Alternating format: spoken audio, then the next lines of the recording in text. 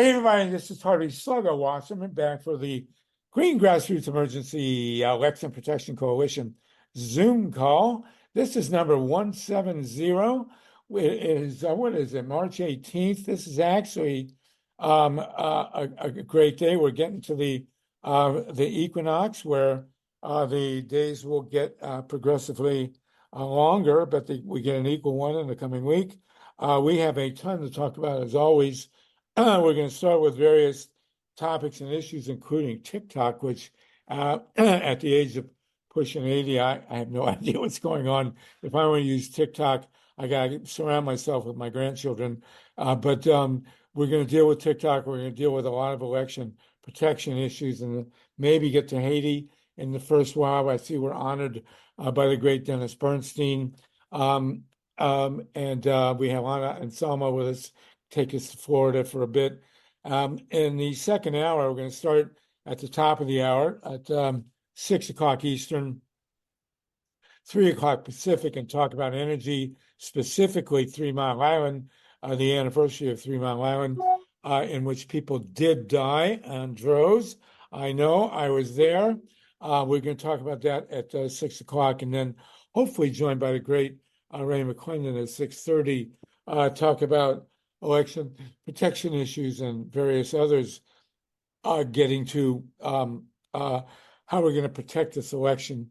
God help us if we can. We're going to start with a candidate.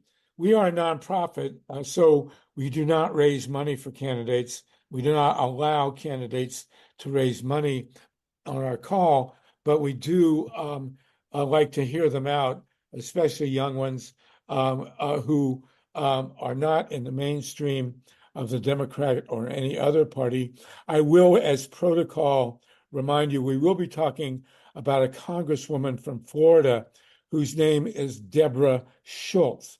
We do not use her middle name, just as we do not call Lee Oswald by his middle name.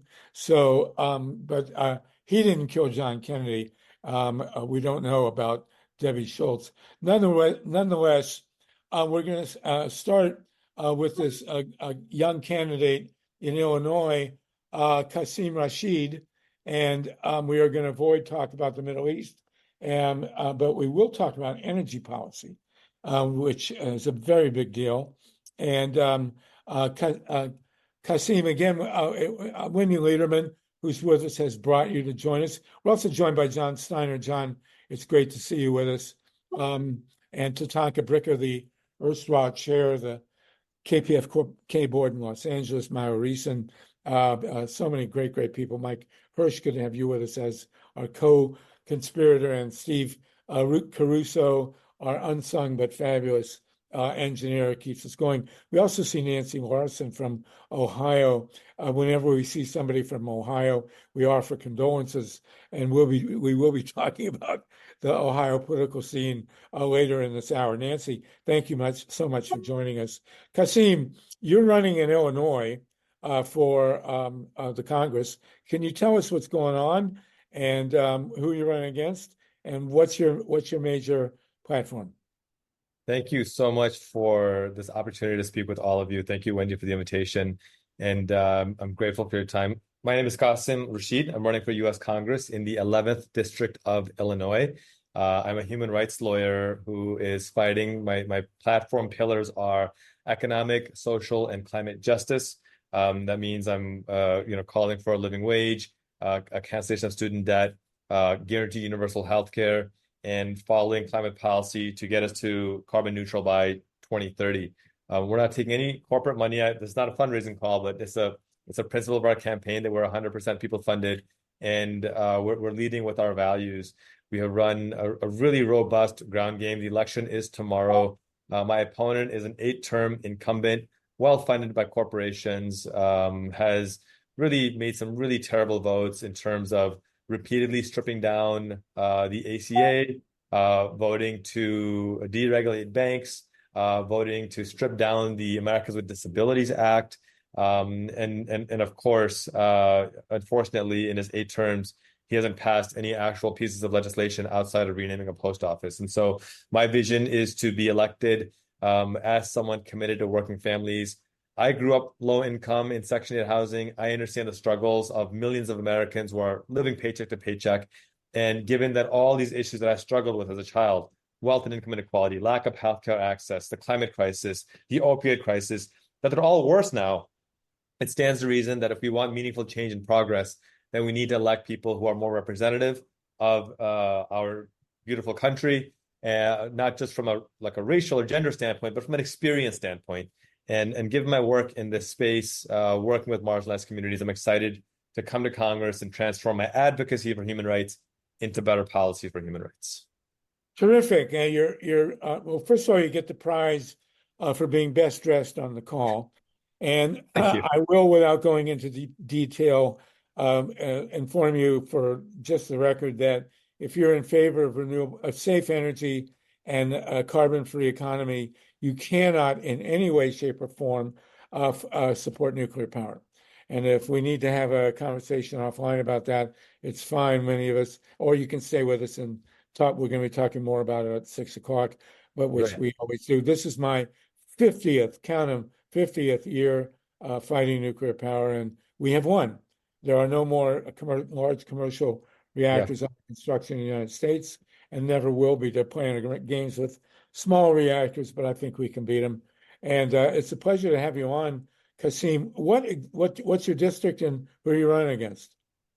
My district is the 11th district of Illinois, and it is the collared counties. It's basically Will, DuPage, Kane, McHenry, with 4 other smaller counties we can talk about as well. My opponent is a person named Bill Foster, and our district is very diverse. It's about 60% white, 40% Black, Latino, and Asian. In fact, Latinos are about 22% of the district. It's quite diverse. This is the district I grew up in, when I was very young, and so I've got my roots here. It's exciting to run same place where I grew up for Congress. And is this Ramadan for you? It is. I'm fasting right now. Well, one of my greatest heroes in religious practice is Hakeem Olajuwon. Of course. Because he actually played in the NBA through Ramadan. That's right. First of all, he was as great an athlete as ever lived. Yep. And secondly, he ran the court for 60 minutes without food. Good for him. Okay. Karla Sand, did you want to ask Qasim something?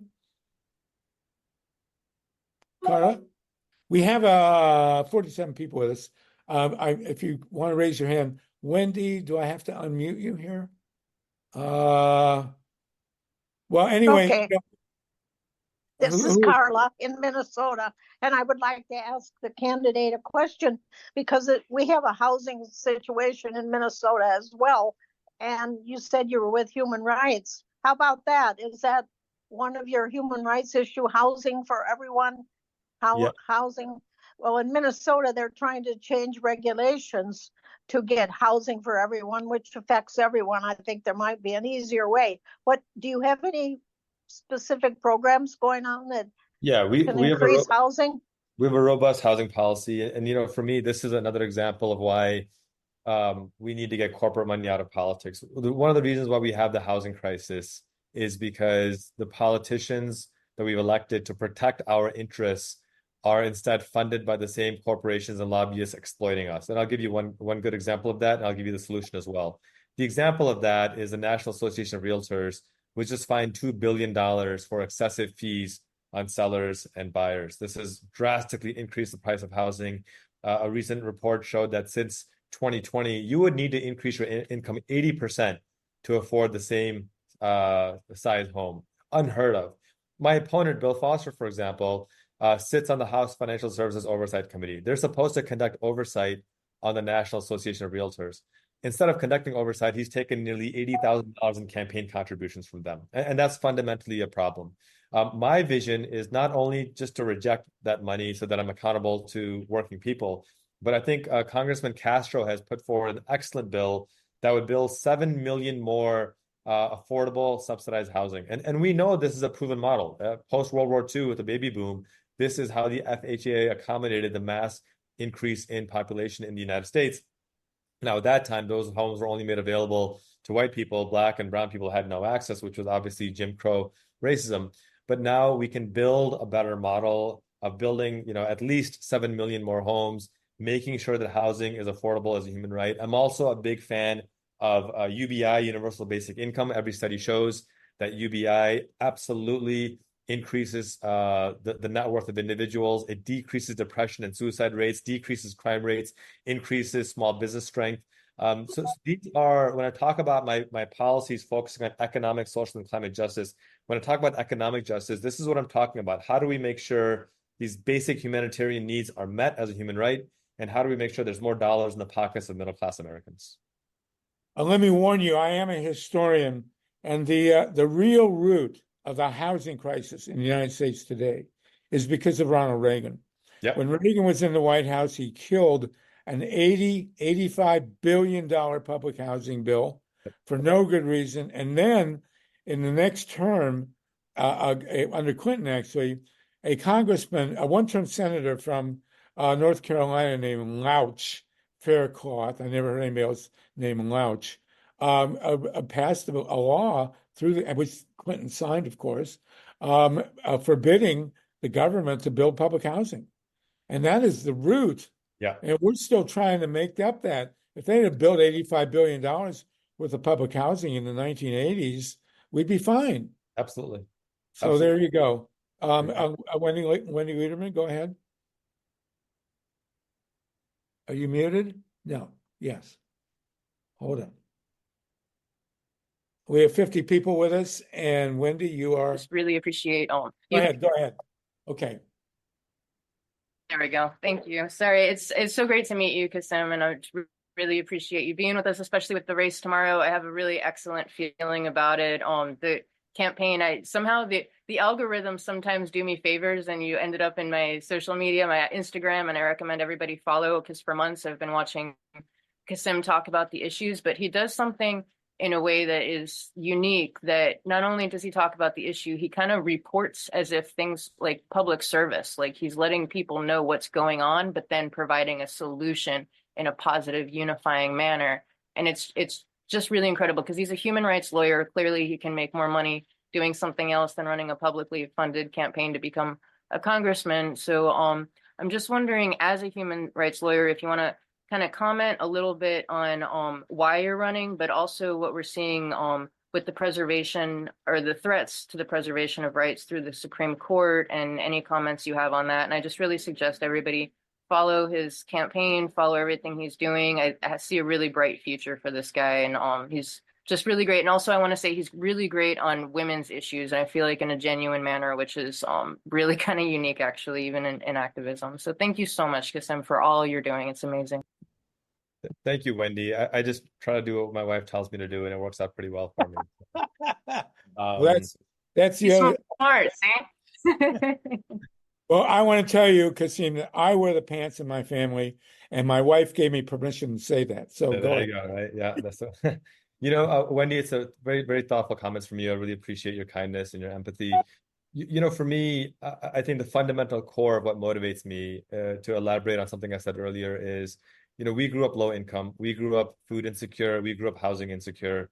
I was in high school when the opioid crisis was, rearing its ugly head. I remember Al Gore talking about the impending climate crisis. We grew up without meaningful healthcare access. And as I think about now, 30 years later, after high school and middle school, I think about how 6 times as many people are dying from the opioid crisis as in the 90s. I think about how more than 30 million Americans don't have basic healthcare access.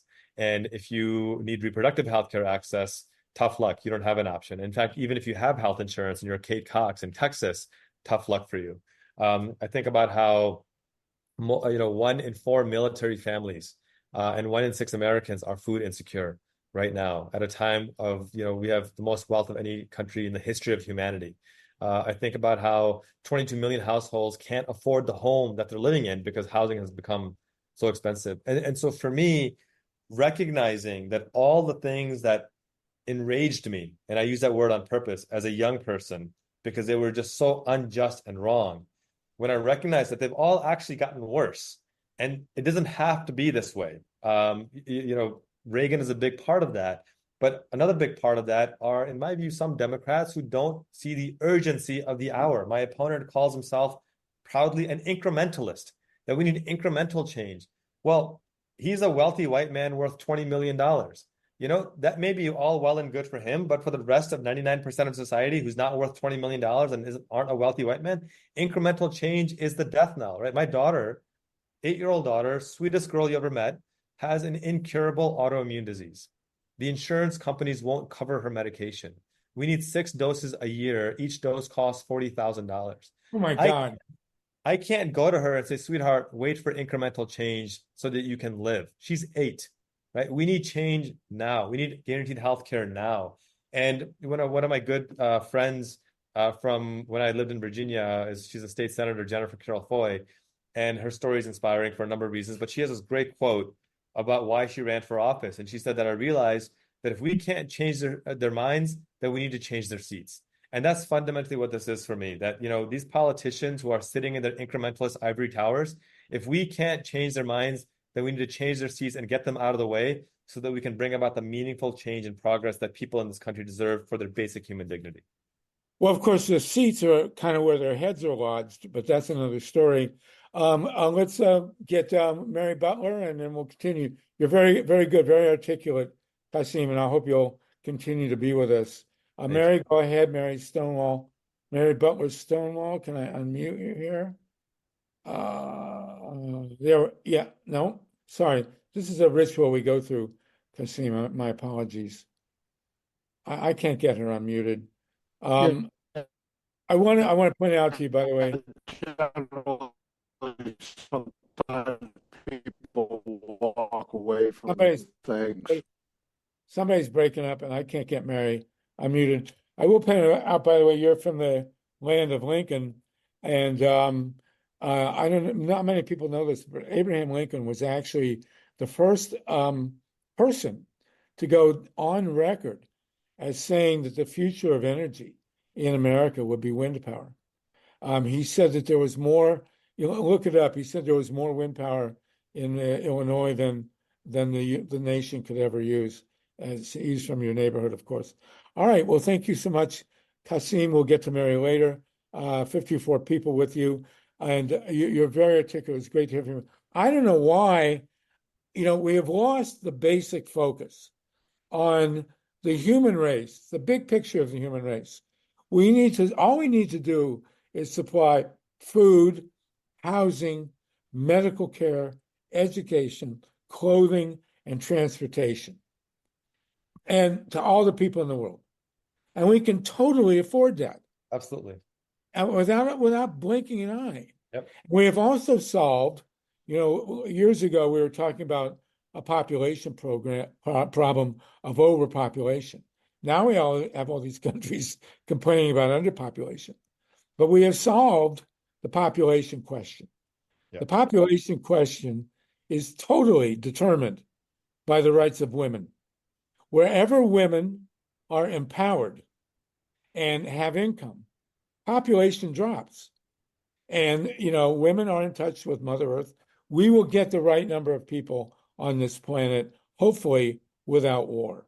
And so, at any rate, good luck to you, Qasim. Stay with us through the coming whatever, and you make us a final statement, and let's go to Ohio with Nancy LARSON next. Well, I think my comms director, Sydney, is putting our contact information in there. So if anybody wants to reach out to us afterwards, they absolutely can. You know, my vision in this race is to set a precedent that these issues of economic, social, and climate justice are not just, you know, good ideas, they're winning ideas. And that if we can motivate and inspire a mass of people to work together on these values, especially early in the 2024 election, we can set a precedent for the 2024 election on how we can win up and down the ballot. This is a solid D district, but it's also a suburban district. If we can show that these values resonate with suburban voters, then hopefully we can set a precedent going forward, especially given that we have the DNC in Chicago later this summer. My ask of folks is actually more important than money. It's your time. If you have bandwidth to volunteer for these causes and phone bank for us tonight and tomorrow, please reach out to Sydney, send her your name, and we'd love to get you involved in this campaign. At the end of the day, this is our opportunity. I close with a quote of James Baldwin, one of my favorite thinkers and writers and scholars, where he writes in his book, The Fire Next Time, where he's discussing all the struggles and trials and tribulations. And he admits, I know that which I ask of you is impossible, but the impossible is the least that we can demand. For when we look at the spectacle of human history in general and Black history in particular, we are emboldened by witnessing nothing less than the perpetual achievement of the impossible. So that's my ask of you. Join our campaign, help us achieve the impossible, and let's win this election on these tenets of justice, because justice can't wait. Thank you so much, everybody. Yassine, thank you so much. 54 people were on when you said that. I will give you a little bit of history, more than you may want to hear, but you say that Chicago is going to be the site of the Democratic Convention this year? Yeah. Mm-hmm. So we're joined on this call by Lissa Matras, who's from Chicago. She lives in the Bay Area now. And Lissa and I, at the corner of Michigan and Balboa in 1968, were attacked by the Chicago police. So I don't think that's going to happen this year. But anyway, enjoy the peace and have a wonderful trip up there. And no nukes to you. Okay, bro? Thank you, guys. Thank you all. Be well. All right, take care. Thank you very much. Mary, Stonewall, let's try and unmute again, and then we're going to go to Nancy Larson in Ohio. There we go. You're unmuted. Go ahead, Mary.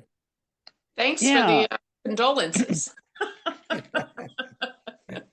But we have actually had a couple victories here. Wait, Nancy, let Mary get her words in, and then we'll go to you in Ohio, okay? Okay. Nancy Stonewall, go ahead. Well, Nancy's there. I'm Mary. I'm here, Stonewall. Mary Stonewall, go ahead. All right, just two quick things. Please let me get both of them out, and then I'm done. It shouldn't take more than 2 shakes of a stick. Go for it. Number one thing that wasn't mentioned in the conversation that I wanted to address with him, and maybe if you guys are more in contact with him or share his contact with information with me, that would be wonderful. But we have more United States refugees going from state to state to state of homelessness because of natural disasters, being priced out of their homes, losing their jobs during the pandemic, or no wage increase, or people even actually having their Social Security stripped from them. But that's what happened to me. My Social Security was stripped from me. And then we need to address that, because nobody's mentioning the fact that we have more U.S. refugees in the United States right now than we have foreign refugees. And then the second thing is when we talk about community health care and a worldwide minimum wage or a U.S. minimum wage of sustainability, a living wage, how come they call it socialism, but if we're in an indigenous tribe, we call it tribalism, where the tribe takes care of itself? So why can't we have that same thing and not make it a dirty word? That's all I got to say. Thank you. Well, good for you. And thank you, Mary. And let's try the word humanism. Maybe that will work too. Wonderful. Thank you so much. Okay, Nancy Larson, you're in Ohio. Where are you in Ohio? In the Toledo area. Okay, you're near Davis-Besse. When the call is over, if you'll go over and shut it down. Yeah. I went on a tour of it after they passed HB 6, because I was running at that point for state rep, and one of the sitting state reps who had voted for HB 6, which is a nuclear power coal plant bailout, thought she could change my mind if I went to see how well run it was. Yeah, but right. It didn't work. Well, Ohio has the distinction of having one of the few state legislatures in the country with a clear and definite price tag, which is $61 million. If you want to get the state legislature in Ohio to do something for you, $61 million. But go ahead, Nancy, give us your story, please. You're a welcome guest. Thank you. I did run for state rep, was not successful, but I've stayed involved, and I'm doing a lot of democracy, anti-gerrymandering projects. But to go back to the last two things that we were successful at, August of last year, there was a special election put on. The legislators decided that even though they had said there shouldn't be special elections except for school board levies. They wanted a special election in order to try to take away our democracy. We have a ballot initiative process in Ohio. I think 19 states allow that. And we put on, they were wanting to pass that if a ballot initiative was proposed by people, that we needed a 60% threshold in order for that to pass. And yeah, and this was because polling was clear that for a women's reproductive ballot initiative, which they knew was on the ballot in November, that we would reach a 57-58% threshold of approval for that, but it wouldn't go to 60%. So prior to that November election, they decided in August to try to change the rules and make the passage rate be 60% in all of the counties. We were like, yeah, no. So we fought and fought and fought and got that down. 20 counties that had voted for Trump voted no on that because there was a strong coalition of Dems, Republicans, Libertarians, Independents that came out and said, this is anti-democratic, we're not going for this. And that was soundly voted down by 57%. So then in November, we did have the women's reproductive rights to enshrine abortion rights back in the Ohio Constitution, and we passed that with 57%. So those two victories have made us feel pretty good, and it's energized a lot of grassroots activity. We are fired up to continue that and try to, Sherrod Brown is in pretty much the race of his life. There are 3 Republicans that are running against him. It's going to be pretty competitive for him. Some because he hasn't come out for ceasefire, and that's not acceptable to a lot of folks in our area and younger people here. As much as he's done for working people, he's not on the right side of that issue, in my opinion, and other folks' opinion. So that's going to be a struggle for him. And when is the primary in Ohio? Tomorrow. Okay. Tuesday is tomorrow. So yeah, we'll know who he's going to run against. Right. A guy named Bernie Moreno is a Cleveland businessman that Trump has endorsed. The other 2, Matt Dolan is a state senator right now, and our Secretary of State, Frank LaRose, are the 3 Republicans that are going up against him. And it'll be interesting to see which one of those prevails. Okay, so one major landmark happened in Ohio. We're going to talk about this in the second hour, but there was approval today or yesterday for the first offshore wind array in Lake Erie. And they've been fighting that tooth and nail. It's amazing a guy named Bernie Moreno is Trump's guy, but there you go. Now, Trump, of course, in Ohio, where else, has declared that there will be a bloodbath if he does not win. Did we get any explanation on that? Somebody said it's a dog whistle, and it's like, no, it's not a dog whistle, it's a bullhorn. You know, he very clearly wants to keep the violence going, and unfortunately, things are there's Trump signs that never went down in Ohio that are, you know, they just changed them out to 2024. We have 52% of folks vote regularly Republican and 48%. We are so gerrymandered that we have a supermajority in both houses in the state house, but Ohio is purple. It's not red. And the issue that I'm working on right now, we are putting on the November ballot to have an independent redistricting commission, similar to what Michigan did a couple years ago, and getting rid of the gerrymandering by the maps being drawn proportionally so that we have likely 52% Republican winners and 48% Dems. Will get rid of that supermajority that they have enjoyed since the last 20 years. Well, we have to point out that Ohio has passed two public referenda to ban gerrymandering. Yes, There have been 5 Ohio Supreme Court decisions, 7. 7 now, banning gerrymandering, and it's still worse than it ever was. Is that correct? Yes, well, the governor and his crew that did the unfair, unconstitutional maps, those 2 ballot initiatives were in 2015, 2018, and we left in place that the politicians would be in charge of the commission because we didn't think at that point, League of Women Voters and ACLU, that we could get it passed in 2018 with an independent commission.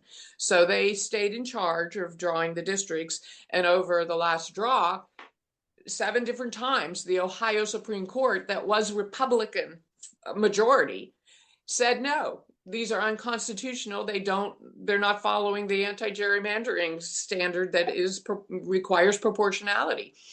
And the Supreme Court basically just said, we are co-equal branches of government. We hear your opinion, but you're not the boss of us. We don't have to listen to you.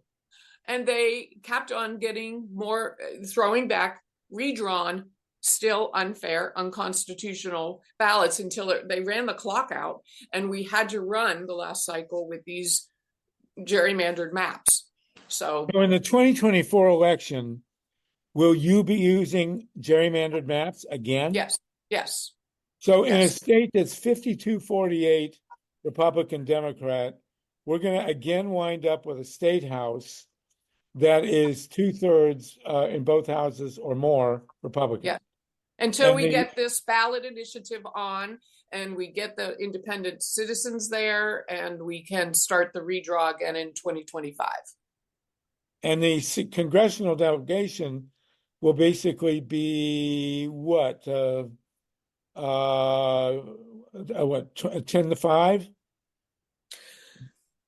I think I can't speak to that right this second because I don't follow as much the federal, what's happening. My focus has been laser on the state.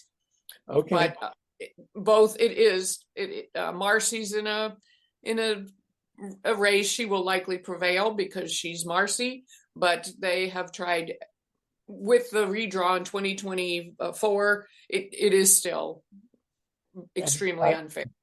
And you have Dennis Kucinich is running also for a seat in the Congress there. Yes. And he has a primary. I assume he's going to win. And then we'll see what happens with that. Okay, go ahead, Nancy. You had said you wanted an update on the Larry Householder stuff. Ohio has been judged the most corrupt state house in the country. And Larry Householder, who was our speaker, was convicted, and he's spending the next 20 years in jail for that $61 million bribe that was given from First Energy to him to get folks there that would pass HB6, which was the nuclear power bailout. It gave them 1.4 billion in rate increases in an 8-year period. And he was convicted, and Matt Borges, who's a lobbyist. So they're done. They're in jail. All right. Well, and it's good to know that we've established a price for the state legislature. So if you might want to, name a stadium after yourself, or a county, or maybe a city, you can go buy the legislature for $61 million and get whatever you want. Nancy, thank you. We have one hand. I do want to check in. Ray McClendon, you've joined us here. Do you want to talk now about what's going on in Georgia and also the voter repression stuff that we're facing? Is this a good moment for Ray McClendon? Ray, you on? Are you unmuted, or did you leave us, Ray? Oh, there he is. Ray, is this a good time for you to talk about what's going on in Georgia? Yeah, yes, I can. Thanks. All right, well, let's go. We'll come back to you in a minute. Okay. We'll postpone I don't see the woman who is going to discuss Haiti, and of course we have Wendy and others to discuss other issues, but we know Ray's time is limited. Sandy Bolzenius, go ahead and then Yeah, we'll I'm go. just gonna piggyback real quickly on what Nancy said. Nancy, that was a really great low down on what you talked about. But that was just disgraceful what happened last time. God, I'm sounding like Trump. When about how it went down, and we were deprived of our rights, though we worked so hard for it. But then it was even worse because the maps that people were supposed to be running, we were supposed to use for the that last election, people still didn't know where the lines were drawn. And so what was happening is that the party in power was clumping candidates that they knew were really strong together, and had people running against each other who did not expect to run together. They didn't know what was going to happen. And I will say one last thing. The corporate Dems, as I call them, are not helpful at all. We should be running people in every district.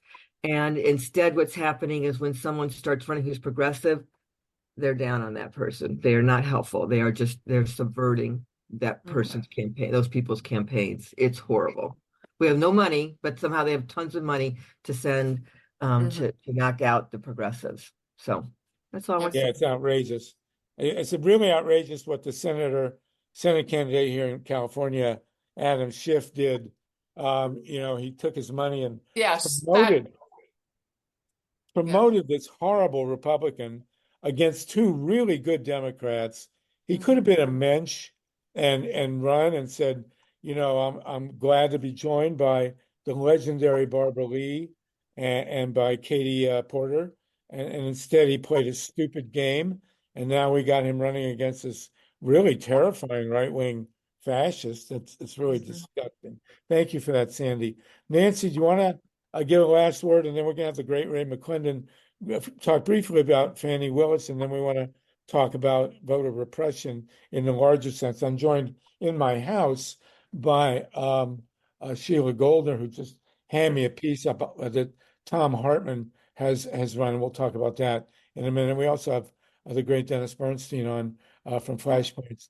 Go ahead, Sandy, or Nancy, rather. You want to finish up?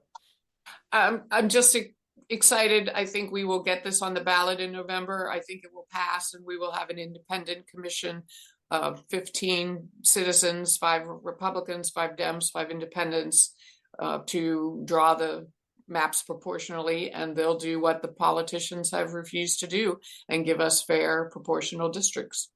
Well, here's a hint for you. The big redistricting and the very successful commission on districting came into California because of Arnold Schwarzenegger. And Schwarzenegger, when he was governor and then after, put in $3 million of his own money.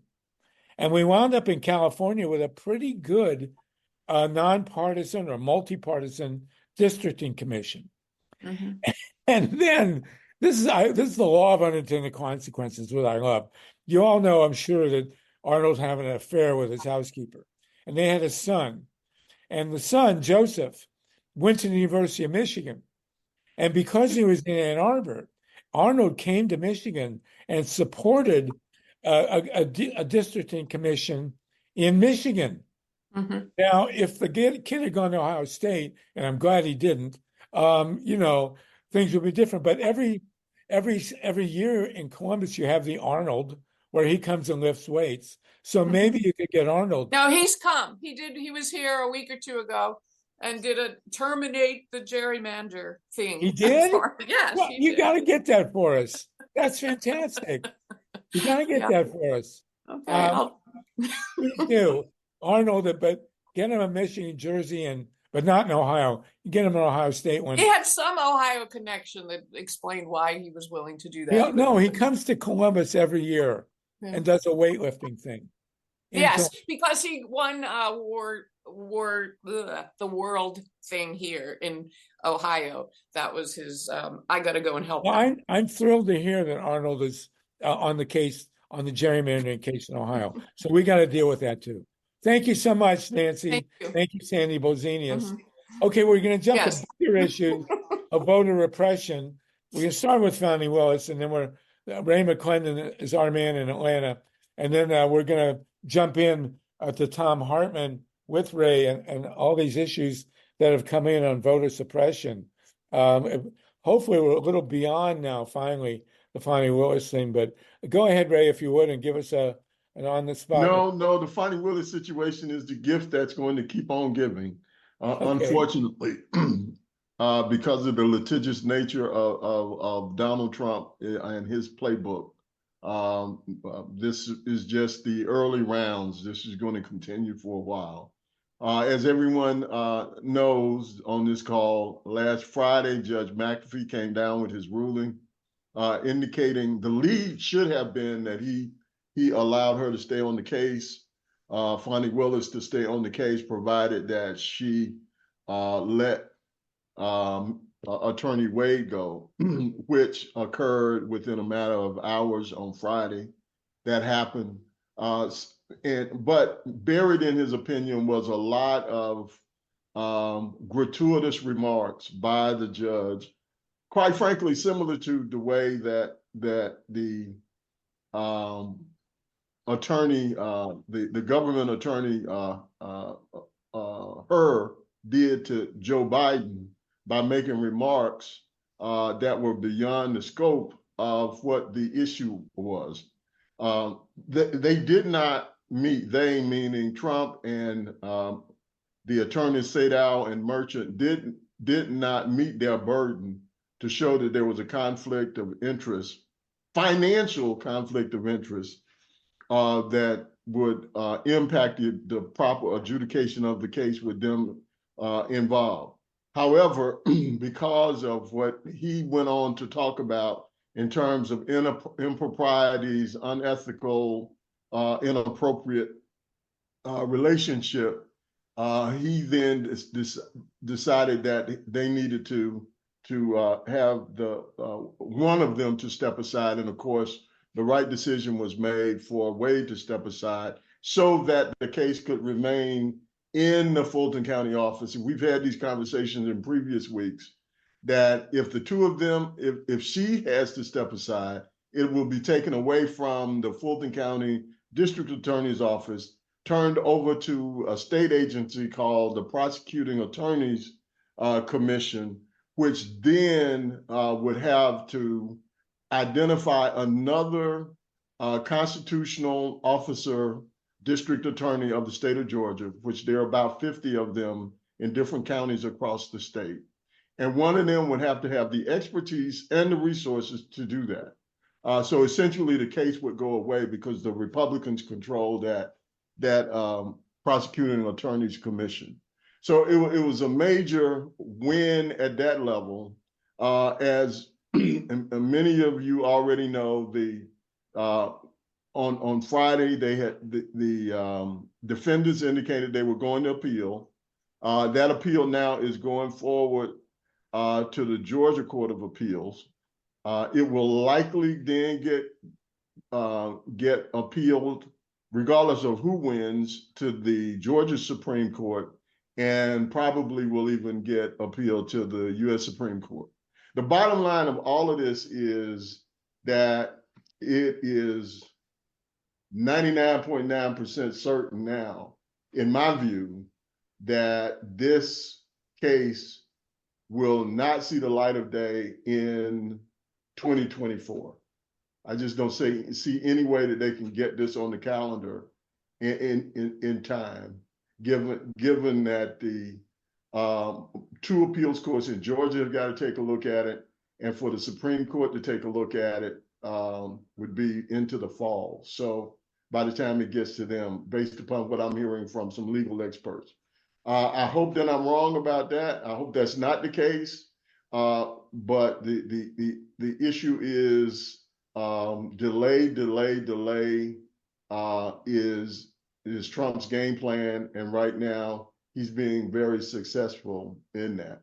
So that's the quick overview, and I'd be happy to talk about any questions or other of the many subplots to this that you want to talk about.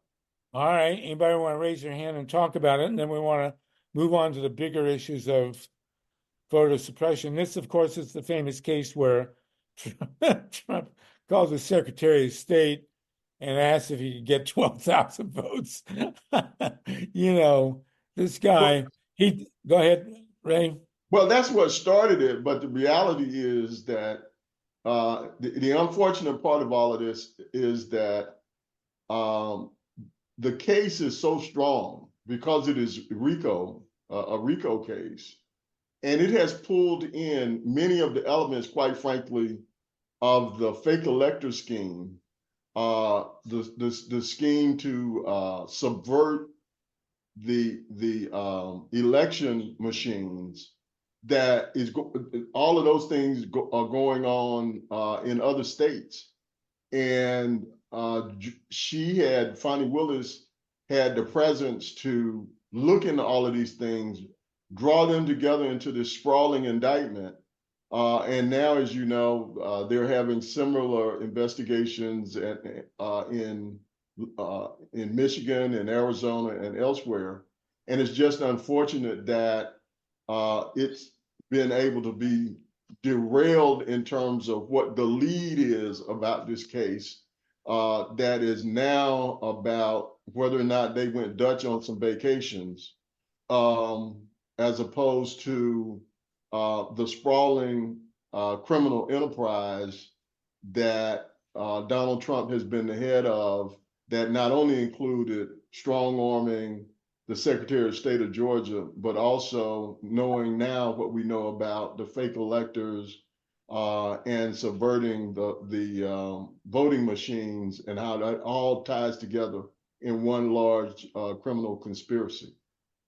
Wow, very well stated, Ray. We're going to get in a minute to a few things that Tom Hartman has written about this. Very, very important stuff about voter suppression and election theft, which is, of course, the root of these calls and has been for almost 4 years. And you, Ray, have been right there with us. So once we get through the salacious garbage that inevitably comes around, we get to the nitty gritty, and that's what we want to do. Steve, Mary, Mike Hirsch, 50, we got 57 people on with us. Go ahead, Steve. Yeah, one thing the courts can do at any time is reject an appeal, right? Ray, isn't that possible? So Yes. Fingers crossed. Thanks. Yes. All right, Mary, and then Mike. Mary, go ahead, and Mike. I can't hear you, Mary. You're muted. Mary, you're still muted. Let's give it to Mike Hirsch. We'll come right back. I'm unmuted. All right, go ahead. Mary. Real quick, Mary, please. All right. Voter suppression also is the fact that all our ballots are demanding that we put Republican or Democrat on the outside of the envelope and on the inside. Out of the 136 different organizations running, we're only allowed to do Democrat or Republican. So that's voter suppression. And then secondly, the other thing I wanted to mention is, how come nobody's mentioning that Trump, even though he's being investigated, is saying things like there will be blood if he loses his election? A lot of people are saying that, Mary. That's terrible. Yeah, very good. Thank you for that, Mary. Thank you. Mike, go ahead. Now I want to go back to Ray, and let's talk in greater detail about voter suppression here and the issues that Tom Hartman has raised. Go ahead, Mike Hirsch. Thanks. Ray, remind me, have people already pled guilty in this case and turned evidence against Trump? Again, that's what's so tragic about this, Mike, is that she has been able to get guilty pleas from 4 people, 3 of them lawyers, and I mean prominent lawyers: Sidney Powell, Jenna Ellis, and Ken Chesbrough. Those are major national figures in the conspiracy that could be indicted in 5 or 6 other different states and jurisdictions, as a matter of fact. So there's major work that has been done that was leading toward further guilty pleas that would have been possible, and further evidence against the kingpin and the inner circle, being Trump and Giuliani, among others. So again, as FANI WILLIS famously said, when she was on the witness stand, she said to Merchant, one of the defense attorneys, you're trying to put me on trial, but they are the ones on trial for trying to steal an election. And that's what we are unfortunately losing sight of based upon all of these salacious tit for tats. And unfortunately, the way that McAfee wrote the ruling, that's going to continue because of some of the, to me, what were gratuitous statements that were made in his ruling that did not relate to whether or not the defendants met their burden of showing that there was a conflict under Georgia law. Oh, it's outrageous. And obviously, if he winds up in the White House next year, this all goes away. No, that's the good thing about this case. And that's why this one is so important. And he's fighting it so hard because this is a state case. And he does not have the power to pardon himself or to pull the prosecutors off the case the way that he does with any federal case and being able to influence the Justice Department. All right. Ruth Strauss has a hand, and I want to ask you a question about the potential for violence at the polling places. By the way, I do not read the chats in these calls, and there may be things that are said about people, personal attacks that come in the chats that I have no way of knowing about. And people, please disregard if there's nasty stuff in the chats, just let it go.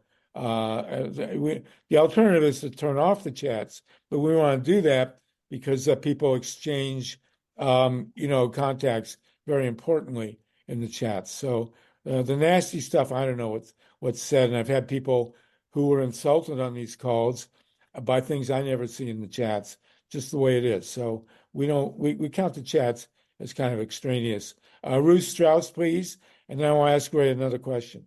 Ruth, go ahead. Oh, Ray, I just want to tell you that I am heartbroken for Fani. She is brilliant. She's feisty, and it's like a Greek tragedy.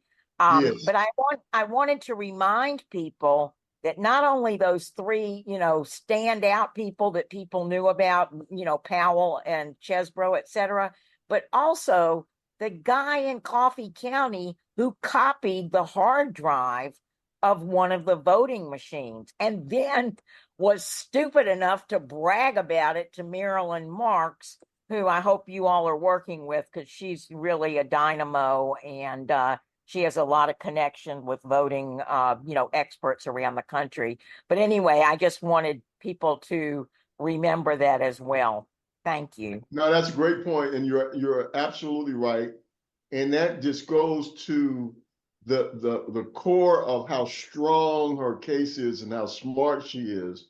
And quite frankly, how much work that she did that should have been done by Merrick Garland in his office. Yeah. All of this stuff that she's uncovering should have been the lead in Merrick Garland. And that's for another day. But one of the most disappointing appointments of all time has to be Merrick Garland in the way that he has handled this and his offices. I mean, what SDNY, the Southern District of New York office, just did to the New York Manhattan District Attorney's office by dumping 31,000 documents on them 2 weeks before they were supposed to start trial. When they convicted Cohen, several years ago and had all of this stuff and just now turned it over, is just a travesty. Right, and the timing, this should have all been happening a year ago. Correct. If this blow up with what's his name, Nathan, whatever his name is, and FANI Willis, if this had come a year ago and then it got processed, it wouldn't be such a big deal. Correct. But the Attorney General You have to wonder what kind of Supreme Court justice he really would have been, Merrick Garland. He's been such a wimp at the Attorney General's office. It's ridiculous. All these, down to the wire prosecutions with Trump, they should have happened 2 years ago, for God's sakes. It's ridiculous. Paul Newman, go ahead, Paul. Yeah, I was just going to say that Merrick Garland was a selection from Orrin Hatch, which in the old days, in the early millennium, we used to refer to him as the Antichrist. And why Obama and Biden would select a guy like him? It's like, oh, let's reach across the aisle. I really, really wonder about this. I know I get into conspiracy a little bit, but Biden is a corporate Democrat, and I have to remind myself about that. I will vote for him only because after he's in, we can foment change, a lot easier than we would with Trump, and that's my strategy. But I am really fed up. I mean, where is Merrick Garland? He hasn't done anything. Right. And I got to throw in a parallel, which is the head of the Postal Service. Why is Louis DeJoy still running the Postal Service? I mean, this guy is a complete saboteur. It's not that he's stupid. He is actively destroying the Postal Service. And when Trump came in, it was our assumption that Biden would get him out of there. And instead, he's still there after 4 years. You got to be kidding me. It's ridiculous. Ray, I want to ask you the big question on people's minds. What are the possibilities of violence at the polls in Georgia? We're hearing that the Proud Boys are going to be out. They're taking over the local boards. That voter suppression is in high gear. What is the situation in Georgia with getting a fair election?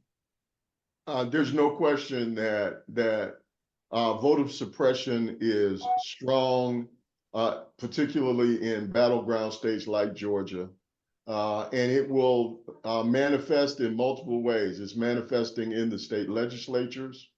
It's manifest with new voter suppression laws that we have to fight at every turn. We're in session here in the state capitol right now, and we've had to beat back further voter suppression measures. It is at play with voter purges by the not only the Secretary of State, but by the laws that went into effect in the past that allow for citizens to independently go before election boards. Please catch the rest of the show at grassrootsep.org, and please like and subscribe to our YouTube channel at Grassroots Election Protection Coalition. Thanks.